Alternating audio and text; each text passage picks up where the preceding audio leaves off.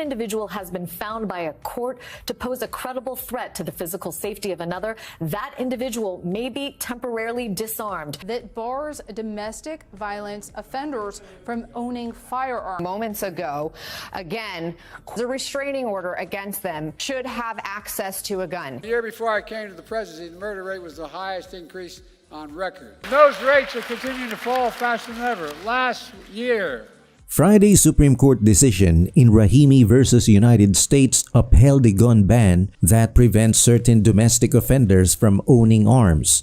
The ruling, with a majority of 8-1, concluded that this ban does not infringe upon the Second Amendment.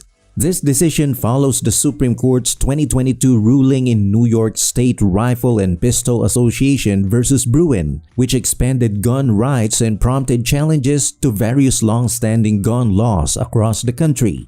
One such law prohibits individuals under domestic restraining orders from possessing guns, which was the focus of Friday's case.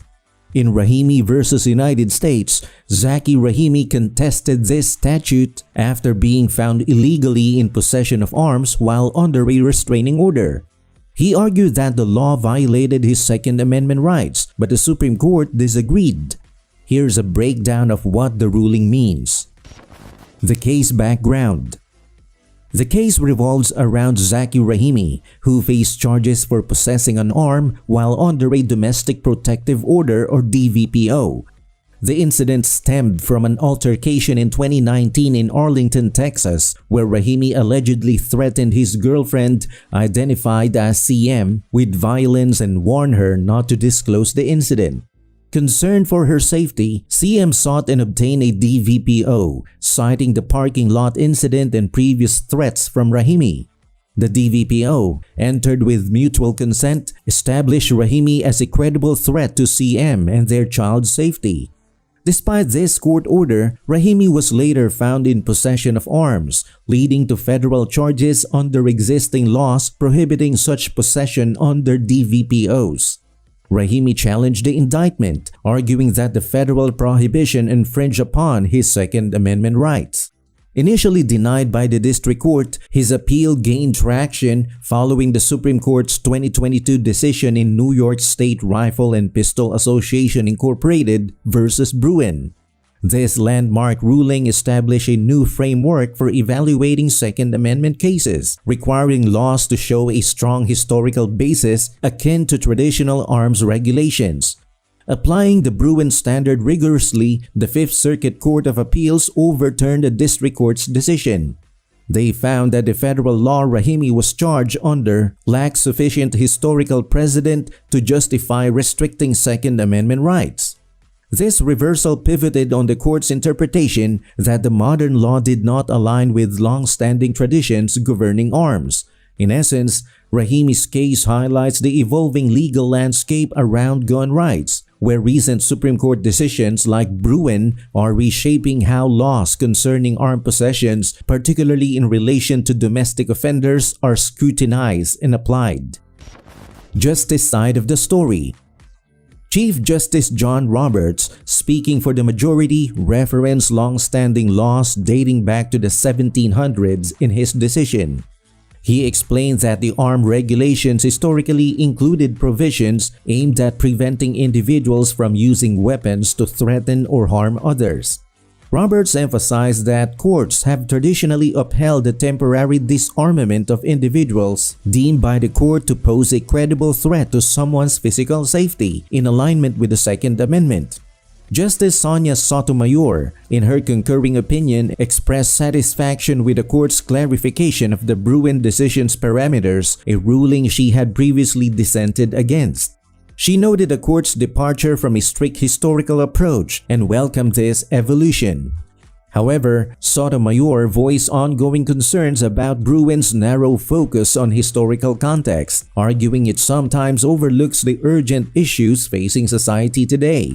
Sotomayor stressed the critical importance of maintaining laws that keep arms away from domestic offenders, citing alarming statistics. She pointed out that women living with domestic aggressors face a significant higher risk of losing their lives if the offender has access to a gun. with over 70 people slain by intimate partners each month in the United States. Sotomayor emphasized the gravity of the issue and the compelling interest of the government in addressing it through robust arm regulations. Impact on current gun law challenges. In the 2022 Bruen ruling, the Supreme Court altered the long-standing approach to evaluating gun laws. Previously, courts assessed whether gun laws serve public interests like enhancing public safety. However, the court shifted this standard, now requiring gun laws to align with the nation's historical tradition of gun regulation. This change led to lower courts to interpret that a gun law must closely mirror historical precedents to be considered constitutional. Joshua Hurwitz, co-director of the Johns Hopkins Center for Gun Violence Solutions, believes that Friday's ruling sends a clear message to lower courts to avoid overly strict interpretations of Bruen. He argues that focusing too narrowly on historical exact matches when assessing gun laws is counterproductive. Instead, he suggests using common sense to understand the intent behind laws and determining if they serve similar purposes today. The implications of this ruling could affect numerous state and federal gun laws currently under challenge by gun rights advocates. Moreover, Horwitz suggests that the ruling might pave the way for easier upholding of red flag laws. These laws allow judges to temporarily prevent individuals in crisis from accessing arms, which Horwitz believes aligns with modern public safety needs. Justice Thomas Say in dissent. Justice Clarence Thomas stood alone in dissent, arguing that the gun ban lacked historical justification. He emphasized that the Founding Fathers and the public who ratified the Constitution viewed the right to keep and bear arms as crucial for preserving liberty. Thomas expressed concern that the majority's decision in prioritizing government regulation over individual Second Amendment rights could endanger the rights of many. In response to Thomas's dissent, Justices Sotomayor and Roberts criticized his interpretation of the Bruen ruling. They clarified that Bruen did not mandate a strict requirement for laws to have historical twins to be considered constitutional. Sotomayor and Roberts disagreed with Thomas's approach, which meticulously scrutinized each historical source cited by the government, deeming any deviation from historical precedents as fatal to the law. They argued for a broader interpretation of Bruen, suggesting that Thomas's dissent overly restricted the government's ability to regulate arms. Presidential candidates' reactions.